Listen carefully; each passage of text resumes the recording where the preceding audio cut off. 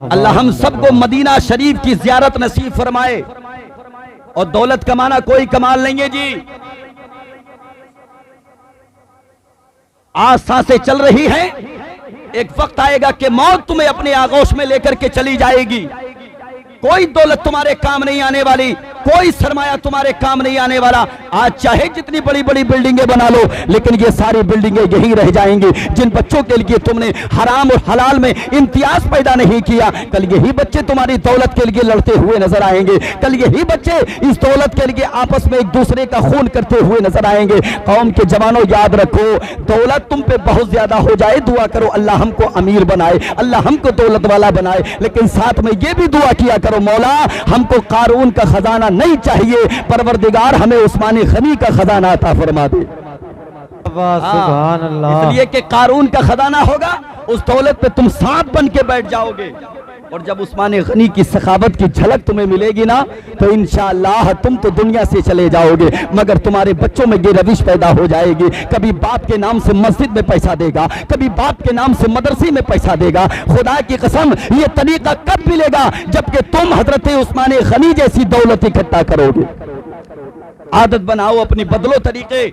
आज हम एक दूसरे से टकराव करते हैं ना, तेरे से मेरा आगे, तू बाइक लेके आया मैं मारुति लेके आऊंगा, तू मारुति लेके आया मैं ट्रक लेके आऊंगा, सब कुछ लेके आओ, लेकिन कभी इस चीज में भी कंपटीशन किया करो। तूने एक बच्चे को आशिक रसूल बनाया है, मैं सारे बच्चे को आशिक रसूल बनाऊंगा। हाँ, तूने एक बच्चे को आलिम दीन बनाया है, मैं सारे बच्चों को आलिम दीन बनाऊंगा। याद रखना कौम के जवानों, कभी ये सोच के अपने बच्चों को ना पढ़ाना कि हमारा बच्चा पढ़ेगा तो फिर कमाएगा। कमाने की नीयत से कभी ना बनाना। अगर कमाने की नीयत से बनाओगे तो फिर तुम्हारा बच्चा आलिम बनने के बाद भी सिर्फ नौकर बनेगा, सिर्फ नौकर बनेगा, सिर्फ नौकर बनेगा। हमें नौकर नहीं बनाना है, बल्कि मुस्तफा के दीन के लिए एक मुहाफिज तैयार करना है, पैगंबर इस्लाम की शरीयत के लिए एक सिपाही तैयार करना है। हमें अपनी सोच को बदलना होगा, हमें अपनी फिक्र को बदलना होगा। आज हम लाखों रुपया खर्च करते हैं, कभी अजमेर शरीफ जाते हैं, कभी कलियर शरीफ जाते हैं, कभी बगदाद शरीफ जाते हैं, कभी कहीं जाते हैं। अल्लाह ने इनको ये सादत भी बख्शी कि रोज़े रसूल की ज़ियारत के लिए चल दिए। अल्लाह हम सबों को भी ये सादत अता फरमाए। लेकिन कौम के जवानों, हमें अपनी जिंदगी में इनकलाब पैदा करना होगा, हमें अपनी जिंदगी में बदलाव पैदा करना होगा। जो मेरी कौम का जवान पड़ोस की मस्जिद में नहीं जाता है ना, हमने उसको देखा है कि गरीब नवाज की बारगाह में जाने के बाद 5000 की चादर चढ़ा रहा है कि नहीं है? जी जी, 5000 की चादर गरीब नवाज की बारगाह में। तुम क्या समझते हो गरीब नवाज तुम्हारी 5000 की चादर से राजी हो जाएंगे? ना मेरे भाई, बिल्कुल राजी नहीं होंगे। उससे पहले अल्लाह ने जो तेरे माँ बाप तुझे अता किए, इनको राजी कर ले। बाप तुझसे राजी नहीं, जाड़े के मौसम में तेरी माँ के सर पे कोई गर्म चादर नहीं, और तू चलाए गरीब नवाज की बारगाह में चादर चढ़ाने के लिए। ना मेरे भाई, अपने बाप को राजी करके देख, अपनी माँ को राजी करके देख। याद रखना, माँ बाप तुझसे अगर राजी हो गए तो फिर तुझे किसी की जरूरत ना पड़ेगी। मैदानी महशर में इन वालिदैन की दुआएं तेरी बख्शिश कराती हुई नजर आएंगी।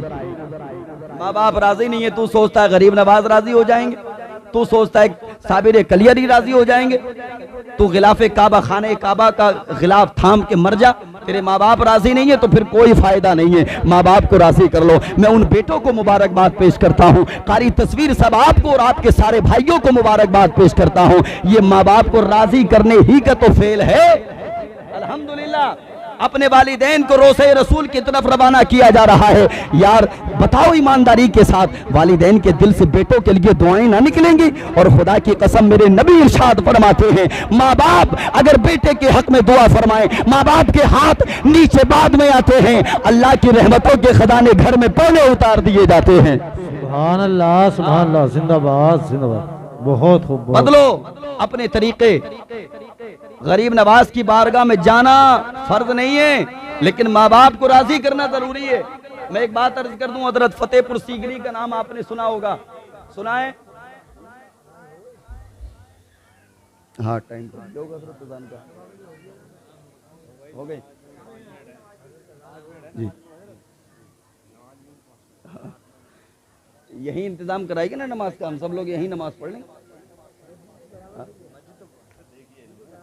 अच्छा, क्या ख्याल है आपका, बताइए, जैसा आप हुक्म फरमाएं। कारी साहब बात खत्म कर दें, चलिए क्या ख्याल है आपका? तैयार हैं? तैयार हैं? आप तैयार? चलिए इंशाल्लाह सब लोग चलेंगे। मैं आखिरी बात अर्ज कर दूं, आखिरी बात अर्ज कर दूं, और इसलिए अर्ज कर दूं ताकि आपको यह एहसास हो कि वाकई आज जिस तकरीब में आप बैठे हैं ना, अल्लाह सबको ये सादत नसीब फरमाए। इसलिए कि जवाब नहीं है मदीना शरीफ का, वहां के जर्रात को अपनी निगाहों पे रखें आप, अपने सर पे रखें आप।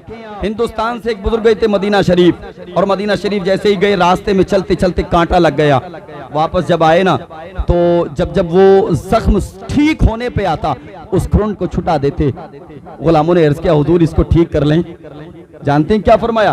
बोले मैदान महशर में जब अल्लाह मुझसे पूछेगा ना, मैं अर्ज करूंगा मौला तू समद है बेनियाज है। अल्लाह फरमाएगा बता बंदे मेरे लिए क्या लेकर के आया? अर्ज करूंगा मौला तेरी शान शान तो कुछ ना ला सका, मगर एक जख्म है जो तेरे महबूब के शहर में हुआ था। अल्लाहु अकबर, एक जख्म है जो तेरे महबूब के शहर में हुआ था। मैं अर्ज कर रहा था फतेहपुर सीगरी, एक पीर साहब की बारगाह में एक मुरीद आया।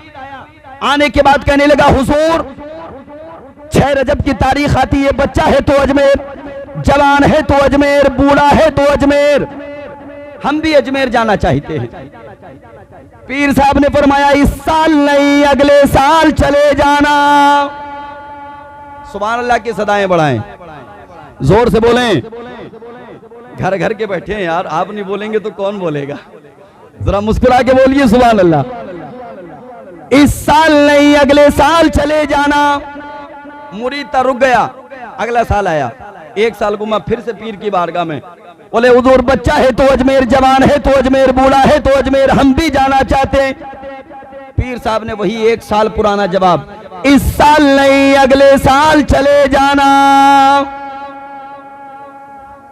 अब ये दिल में सोचने लगा, बोले यार कहीं ऐसा तो नहीं कि मेरे पीर की और गरीब नवाज की बनती ना हो। 1 साल पहले गया था तब भी बोले इस साल नहीं अगले साल चले जाना, अब गया तब भी इस साल नहीं अगले साल चले जाना। साल गुजर गया, तीसरा, मैं शॉर्ट में आपको बता दूं, तीसरा साल आया। अब पीर की बारगाह में आया। आने के बाद कहने लगा हुजूर हम अजमेर शरीफ जा रहे हैं। आप समझे नहीं, पहले कहता था जाना चाहते हैं, और अब आके कह रहा है अजमेर शरीफ जा रहे हैं। पीर साहब ने फरमाया फिर से वही 1 साल पुराना जवाब, इस साल नहीं अगले साल चले जाना। और कहने लगा हाँ हमको पता था तुम ऐसा ही कहोगे, इसलिए हम पहले ही से टिकट बना के आए। दिलेरी देखें आप, पहले ही से टिकट बना के आए हैं। और पीर साहब से जब इतना कहा ना कि पहले से टिकट बना के आए हैं, तो पीर साहब ने फरमाया अच्छा ऐसा करो, हम नमाज फजर के बाद वजीफा पढ़ेंगे, और वजीफा पढ़ने के बाद तुम्हें इजाजत दे देंगे, तब चले जाना। नमाज फजर अपने पीर की इक़्तिदा में पढ़ी, और पीर साहब वजीफा पढ़ने के लिए बैठ गए। वजीफा इतना लंबा हो गया, इतना लंबा हो गया, इतना लंबा हो गया, जिस गाड़ी का टिकट कराया था वो गाड़ी वाला आ गया। कहने लगा चलो, कहने लगा भाई साहब 5 मिनट रुक जाओ, पीर साहब वजीफा खत्म करेंगे चलेंगे, पीर साहब वजीफा खत्म करेंगे चलेंगे। गाड़ी वाला कहने लगा जल्दी चलो, चलना हो तो चलो वरना हम चले। बोले भाई साहब बस 5 मिनट रुक जाए, उसके बाद चलते हैं।